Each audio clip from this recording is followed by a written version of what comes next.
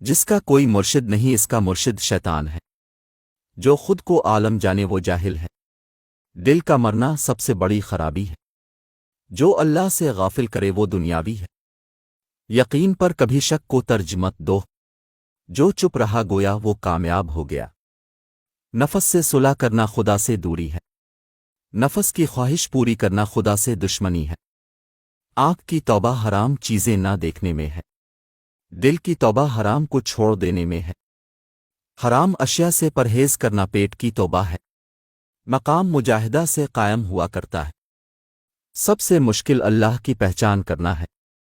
حق کی پہچان کے لیے ہمت پیدا کرو۔ نماز نہ چھوڑ ورنہ کافر ہو جاؤ گے۔ جوان مردی نگاہوں کو جھکانے میں ہے۔ اللہ کے ذکر سے دل کی کھیتی ہری بھری رہتی ہے۔ مومن کی زیارت حج سے زیادہ بہتر ہے۔ صبر سے بڑھ کر کوئی بھی شے مفید نہیں ہے۔ سبب کو ڈھونڈنا اور سوال کرنا علوم کا رتبہ ہے۔ نوافل پر خدمت کو فضیلت حاصل ہے۔ صابر وہ ہے جو اپنی شکایات کو ترک کر دے۔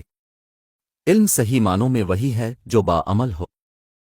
عاشق وہی ہے جو بکرے کی طرح چھری کے نیچے دم نہ بھرے چپ چاپ پڑا رہے۔ آنکھ زبان کی آزادی روح کے لیے قید ہے۔ دین اسلام سب نیکیوں کا نچوڑ ہے۔ دنیاوی عذاب یہ ہے تمہارا دل مردہ ہو جائے۔ جو دنیا کو پہچان گیا وہ اپنے دشمن کو پہچان گیا۔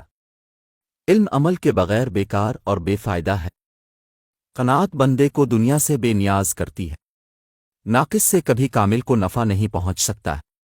خوف خدا ہر وقت دل میں ہونا چاہیے۔ جو دنیا کا ہو گیا اس کا دل مردہ ہو گیا۔ دین تقوی پرہیزگاری کا نام ہے۔ گرم دودھ کا گلاس گرنا رزق کے تنگ ہو جانے کی بڑی علامت ہے۔ زبان کے تلے زبان کا آ جانا اللہ تعالیٰ کے راضی ہو جانے کی نشانی ہوتی ہے۔